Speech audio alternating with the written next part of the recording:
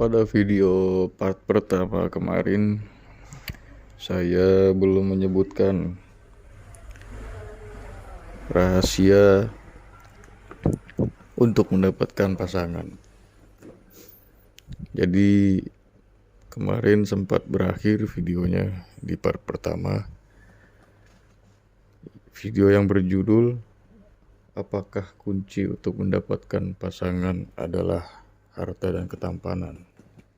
Jadi setelah kemarin dibahas, ada yang bertanya kepada saya, jadi gimana mas caranya untuk mendapatkan pasangan kalau bukan dengan harta dan ketampanan? Memang yang mas sampaikan itu masuk di akal dan memang benar. Cuma di sini mas tidak menyertakan jawaban nih, jadi saya bingung, itu kata orangnya.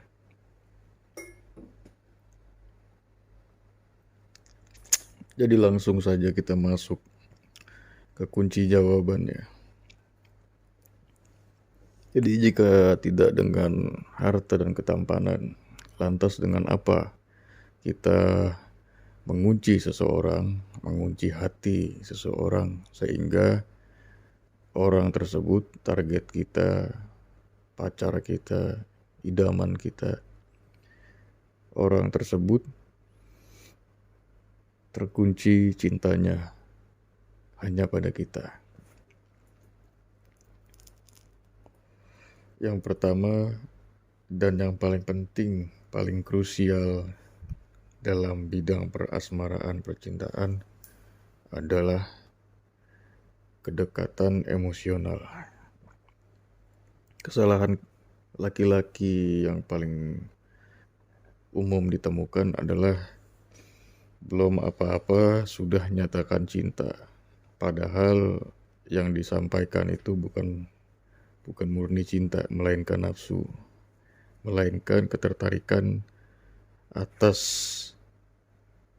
kecantikan atau unsur psikis daripada wanita yang disukainya. Jadi baru ketemu dengan salah seorang wanita baru kenal 2 hari 3 hari langsung bilang suka, langsung bilang cinta. Ini adalah kesalahan fatal. Wanita pun di zaman sekarang sudah jauh lebih pintar dibandingkan, ya nggak usah jauh-jauh lah, dibandingkan 5 tahun lalu. Wanita sekarang terbawa oleh pergaulan. Jadi makin pintar, jadi makin cerdas dalam melihat gelagat-gelagat buaya darat. Apalagi wanita di perkotaan. Mungkin wanita di pedesaan masih bisa kalau kita pakai cara love bombing seperti itu. Jadi itu dinamakan love bombing, salah satu trik manipulasi ya.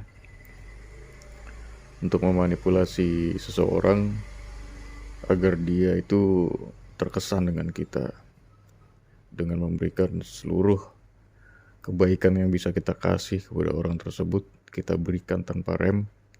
Baik itu pujian, baik itu barang, baik itu perhatian, semua kita berikan tanpa batas dengan tujuan tadi.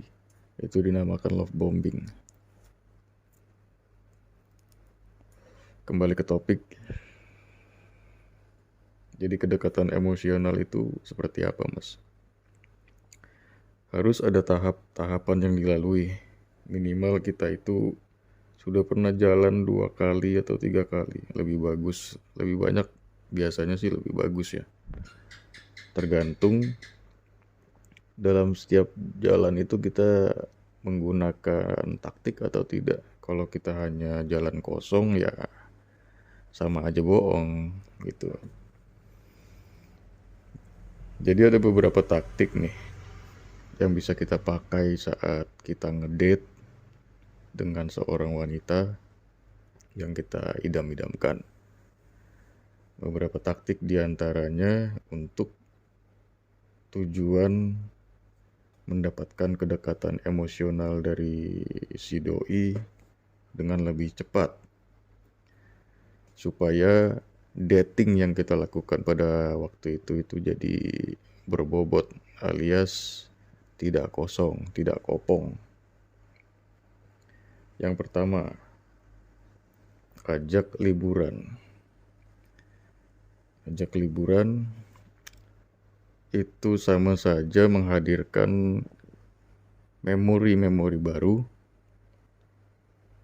ke dalam alam bawah sadar orang yang kita maksudkan. Poin plusnya kalau kita liburan dengan dia itu menyenangkan, ya itu akan masuk lebih dalam ke sanubari dia. Dan ini trik yang paling sering digunakan oleh player-player kawakan ya. Jadi memang sebelum melancarkan aksi itu biasanya mereka ngukur budget dulu. Kira-kira untuk PDKT sampai goal itu memerlukan biaya berapa? Mereka mapping dulu. Mau ajak kemana di date pertama, mau ajak kemana, dating kedua mau dibawa kemana, dating ketiga mau dibawa kemana, budgetnya berapa, mereka persiapkan. Setelah udah dapet, mereka nggak ada effort apa-apa lagi. Nah ini trik-trik buaya-buaya yang tidak bertanggung jawab ya. Termasuk dalam dark psychology juga.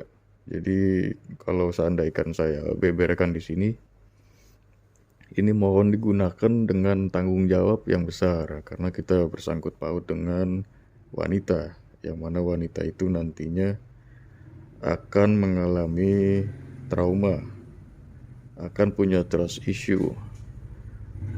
Nanti saat dia menemukan orang baru yang begitu benar-benar tulus, dia nggak langsung percaya karena pernah disakiti oleh Anda. Nah tadi yang pertama itu ajak liburan. Kemudian masuk lagi taktik berikutnya. Taktik berikutnya adalah menciptakan momen. Menciptakan momen di sini kita bisa gunakan dua saja. Momen senang dan momen menakutkan. Cara paling mudah untuk kita menciptakan momen menakutkan itu bagaimana, Mas? Cara paling mudah itu kita bawa ngebut atau kita bawa naik suatu wahana yang memang memacu adrenalin dia. Jadi di sini trik ini dinamakan hipnotis. Salah satu seni hipnosis, bukan hipnotis. Jadi salah satu seni NLP yang memang kalau NLP itu kan dia salah satu percabangan daripada hipnosis. Nah, pada trik ini intinya kita men-trigger salah satu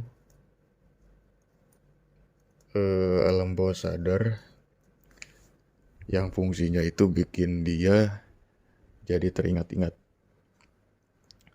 Kita men-trigger emosi. Kan kita ngomongin tadi kedekatan emosional, maka yang kita trigger adalah emosi.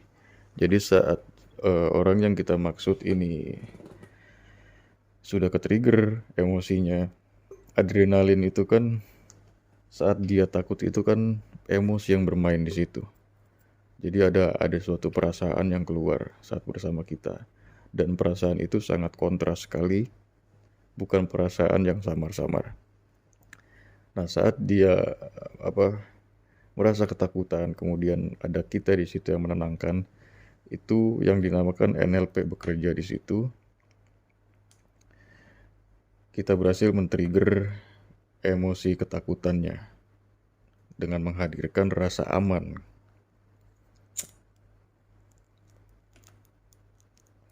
Membuat kita jadi terlihat maco dan bisa diandalkan. Yang kedua, kita trigger dari perasaan senang. Perasaan senang itu seperti liburan tadi. Kemudian Satu lagi yang terakhir adalah perasaan sedih dan kesal. Jadi polanya itu kita buat senang, kemudian buat kesal, kemudian buat senang lagi, kemudian buat sedih atau buat kesal. Di sini kita memainkan emosi seseorang. Di sini trik dark psikologinya apa saya lupa namanya, cuma di sini cara permainannya itu seperti itu. Tujuannya untuk men-trigger emosi dia supaya kalau kita jauh dari dia atau kita nggak ada kabar dari dia, itu dia akan merasa seperti kehilangan separuh dirinya. Karena kenapa? Karena kita berhasil mencuri, berhasil mengeksplor sisi-sisi emosional dia. Kalau untuk yang emosional sedih itu bisa kita pancing. Kita pancing dengan cerita-cerita sedih masa lalunya atau gimana. Intinya sampai dia terbawa suasana dan memang beneran sedih ya, bukan sedih dibuat-buat. Setelah itu kita buat lagi bahagia. Nah, di sini adalah trik psikologi gelap atau dark psikologi untuk memanipulasi. Tapi jika tujuannya kita pakai untuk kebaikan, ini bagus. Tapi jika untuk jalan pintas untuk dapat mempermainkan wanita, ini saya bilang janganlah. Karena memang kita namakan ini, dia ini pelet alami. Maksudnya pelet alami itu kita bisa buat mendapatkan seseorang dengan jalan ini gitu. Meskipun kita tidak punya pelet. Nah, ketika digabungkan dengan pelet adalah hal yang sangat luar biasa. Ini hasil yang sangat fantastis, sangat maksimal. Ketika kita punya pegangan, punya suatu media, ini adalah hasil yang di luar ekspektasi, di mana kita berhasil menjalankan secara lahir dengan pengetahuan kita, dengan tindakan-tindakan kita yang berisi, bukan tindakan-tindakan kosong, bukan omong-omong kosong, bukan janji-janji manis ya. Kemudian di sisi spiritualnya kita punya juga sesuatu pesona yang menarik orang tersebut agar mendekat kepada kita, agar kita terlihat lain juga dibanding yang lain. Jadi dua hal ini saling mengisi, saling melengkapi. Saya jamin orang yang single itu akan cepat sekali mempunyai pacar atau pendamping apabila menjalankan keduanya dengan sebenar-benarnya. Menghindari kesalahan-kesalahan seperti yang saya bilang di awal. Jadi kalau lebih maksimal lagi, pengen lebih dahsyat lagi, pengen lebih cepat lagi, ini alangkah baiknya kita cerna kemudian kita aplikasikan. Jangan berkeras hati. Jangan bilang, percuma dong pakai pelet, gini. Ya padahal nggak percuma juga. Apa salahnya sambil belajar? Apa salahnya kita menggunakan trik baru? Apa salahnya kita menggunakan cara yang lebih rapih gitu kan? Untuk anak tangga kita dalam mencapai keinginan kita. Jadi jangan menutup diri, karena saya pun belajar. Saya pun rela ikut seminar, beli banyak e-book. Buat apa ya? Buat mengasah diri saya dari dalam. Di samping saya punya banyak bahan, banyak pusaka, geman, pelet-pelet. Ya memang berasa saat saya tidak punya, tidak bawa, itu berasa. Ibaratnya kita punya sesuatu yang di dalam. Kita punya pengetahuan di dalam. Tapi untuk sampai ke dalam itu kan gak mungkin orang baru baru ketemu dengan seorang wanita ini yang kita rasa kita suka, dia kan nggak tahu dalaman kita gimana. Dia kan nggak tahu kita ini sepintar apa dalam menangani urusan asmara, kan dia nggak tahu. Nah, disinilah butuhnya jimat. Butuhnya jimat itu di sini. Kenapa? Karena sebagai jembatan pertama yang menggugah ketertarikan pada pandangan pertama itu, ya jimat ini yang bertindak. Jadi meskipun kita punya sebuah pemahaman, sebuah strategi yang sangat banyak dalam otak kita, dalam hati kita, dalam pikiran kita, tetap hal itu tidak terlihat sebelum dipraktekkan. Nah, sedangkan untuk mempraktekannya kita harus kenal, harus dekat dengan orang ini. Ya, orang yang kita maksudkan ini kita harus sampai dia welcome, sampai dia mau diajak keluar oleh kita, barulah strategi ini berjalan. Tapi sebelum itu, jauh sebelum itu, tetap yang mendukung kita adalah jimat-jimat kita. Di luar dari penampilan kita, dari kebersihan kita, dari cara bicara kita, dari cara kita memperlakukan orang, itu jimat kita yang bermain di situ. Jadi saya juga tidak menafikan bahwa saya juga keduanya main gitu. Saat saya nggak bawa jimat itu memang berasa hampa dan kayak semacam kurang gitu. Daya gedornya itu semacam kurang lah. Tapi saat saya bawa jimat itu memang terlihat bedanya. Jadi memang butuh juga, bahkan sangat butuh ya untuk jembatan kita lah. Meskipun kadang dia bertahan sampai di pertengahan atau sampai di akhir hubungan, jimat itu menyertai kita. Tapi ya tetap untuk jembatan pertama itu kita butuh. Karena kan jimat ini macam-macam. Jimat ini macam-macam, ada yang dia bertindak di cinta pandangan pertama, di pesona, daya tarik. Ada yang dia itu melengketkan, ada yang dia itu mengikat, ada yang dia itu untuk bikin nyaman, ada yang dia itu untuk menjaga, maintain aura kita ini supaya nggak jelek.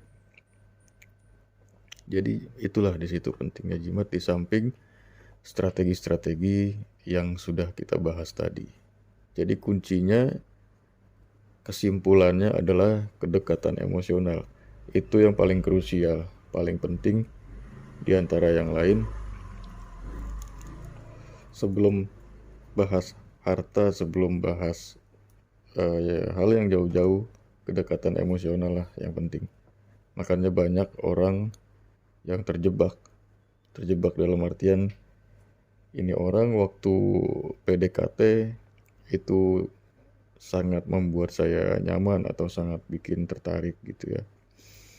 Setelah dijalani ternyata orangnya brengsek. Ya karena memang persona yang digunakan untuk mendekati emosional si orang tersebut adalah persona lain, bukan diri sendiri. Gitu ya. Jadi ibarat menggunakan topeng, ini adalah topeng dan strategi untuk men-trigger kedekatan emosional. Jadi buat yang tadi sudah mencermati dan ada rencana mau mempraktekkan, itu saya pesankan gunakanlah dengan bertanggung jawab, karena ini termasuk dark psikologi.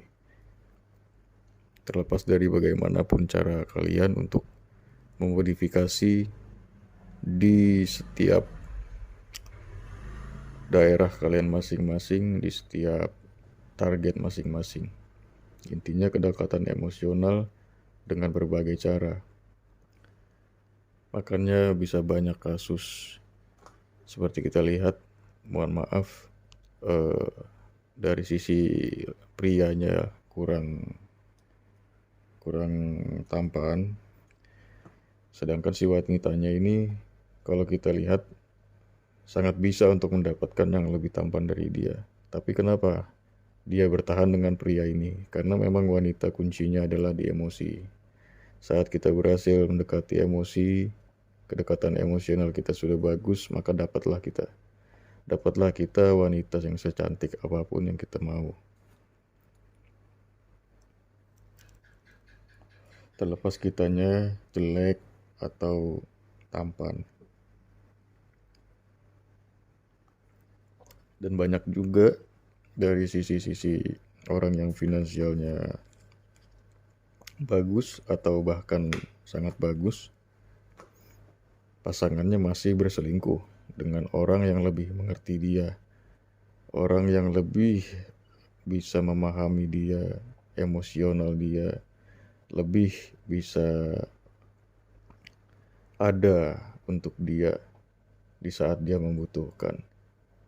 Jadi jatuhnya orang yang dengan finansial tinggi tadi ini jatuhnya hanya jadi ATM berjalan. Jangan sampai kita jadi ATM berjalan. Salam magis, salam mistis, Dewa Pelet.